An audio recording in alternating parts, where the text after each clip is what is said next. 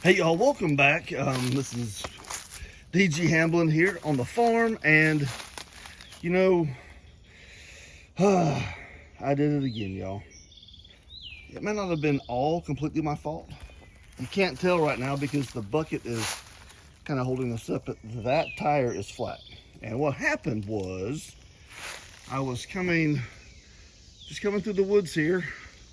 I've got a trail, and it's not well. I mean, I don't keep it worn down. I don't want it to erode, but it's a little trail that I use to get back and forth when I hunt.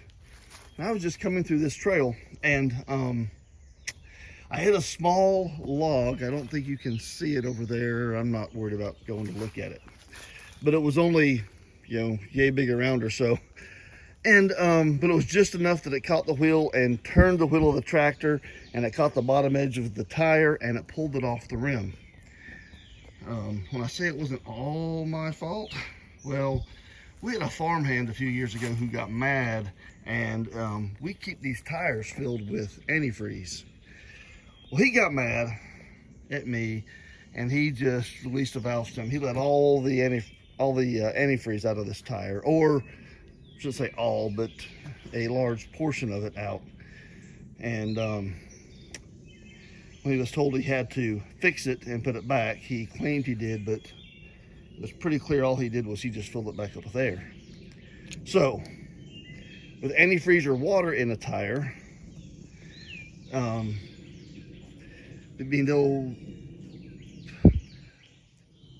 liquids don't compress the way gases do. So had this been full of antifreeze, as it should have been, I doubt that would have pulled off, because it couldn't have compressed the rubber of the tire. Anyway, but it's my fault really, because I'm the one who ran over the log. So I've got to get air back in here. What I'm going to do is I'm going to crank this tractor up. Then we're going to put a ratchet strap around this tire. I mean, it looks like it's seated on this side, and it's not really seated well on this side over here. So I'm gonna put a ratchet strap around it and try to push the sidewall here out just enough so that I can use my compressor. And man, I'll tell you what, I went to Battery Tools a few years ago, and I decided to try this little Milwaukee compressor, since that's what I use. I decided to try this when the little air tank, a little air compressor, a little like 8 or 10 gallon one that I had, it went kaput. And I wish I had gone to this a long time ago.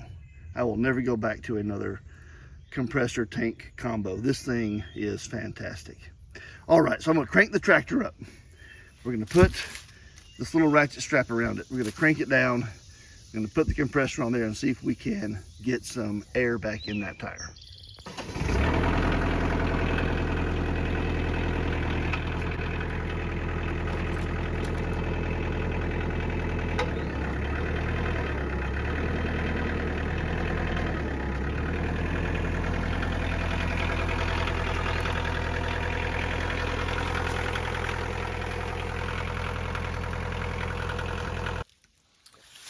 Okay, when we're up off the ground, we got the ratchet strap on there pretty tight. Maybe should have had it centered on that backside a little better. We'll try it like this. If it doesn't work, we will redo it and try again. Do not lose the metal valve stem cover. Now, this compressor has you set the poundage you want to take the tire to. And I'm not sure what it is on this. 40 max inflation, 45 PSI. See how 40 works out. So we turn it on, and here's our PSI here. We want it to go to. Here is what the actual PSI will be.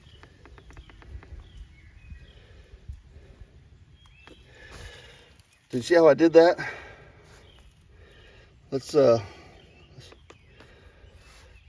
I can do individual pounds by pressing this. Well, it goes 10, 11, 12. If I hold the plus down, it goes up by 5. 5, 20, 25, 30, 40.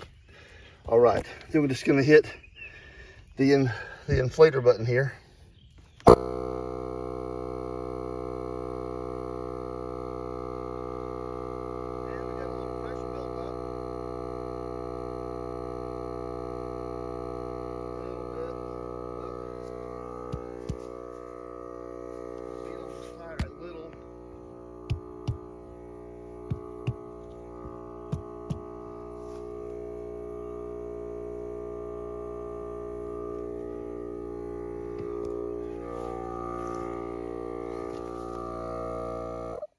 Okay. I'm going to reset this strap, try to get it centered a little better, and then see how that works. Okay, now I'm just a hair out of breath. So I would tighten the strap up here a little bit. Okay, I got it centered better. I would give it a couple of cranks, and I took a hammer, and then I just kind of beat on the center of the tire, hit it all the way around. Then it would settle the tire a little bit. It would, so when you crank this, you get up with more pressure. Sorry, you can't see me. When you crank this here, you get a little more pressure here than other places. So doing that helped to distribute the pressure of the strap around the entire tire more evenly, and hopefully help settle those sidewalls out a little bit. The strap's on tighter, it's better centered. Let's try this one more time.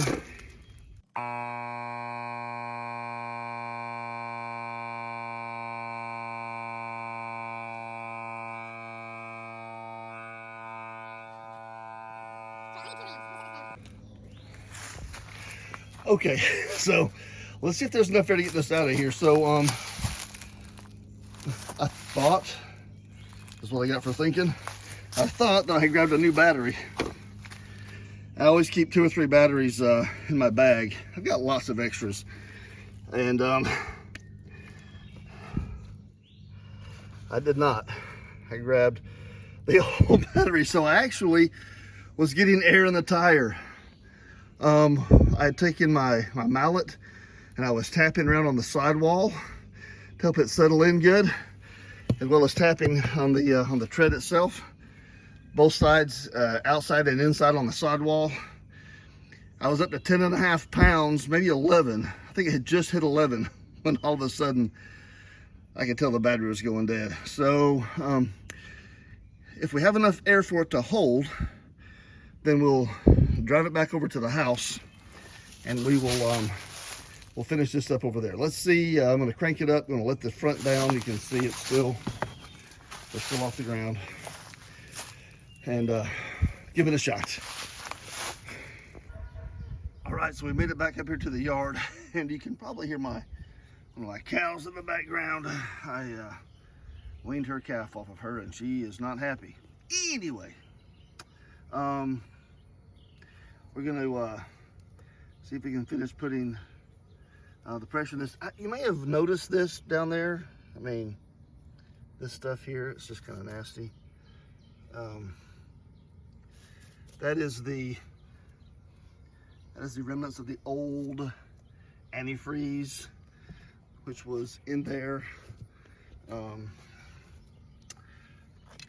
course, when that guy let the antifreeze out of this tire, he and by the way, he will never be employed here again.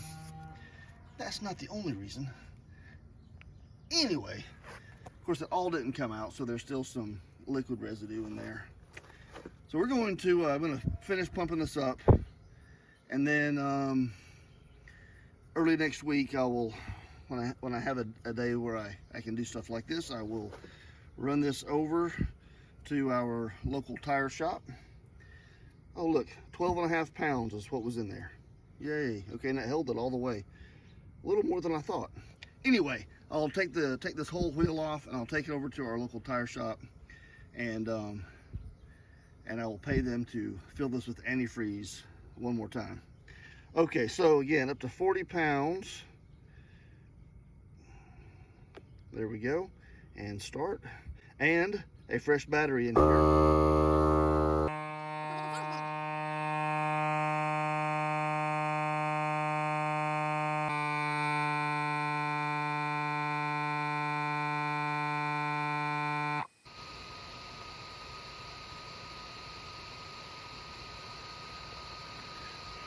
When that light stops flashing, you know it's done. One thing that this will do is it senses your pressure, of course.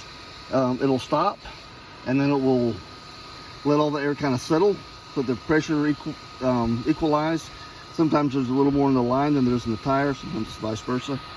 And if it needs more, it will add a little more.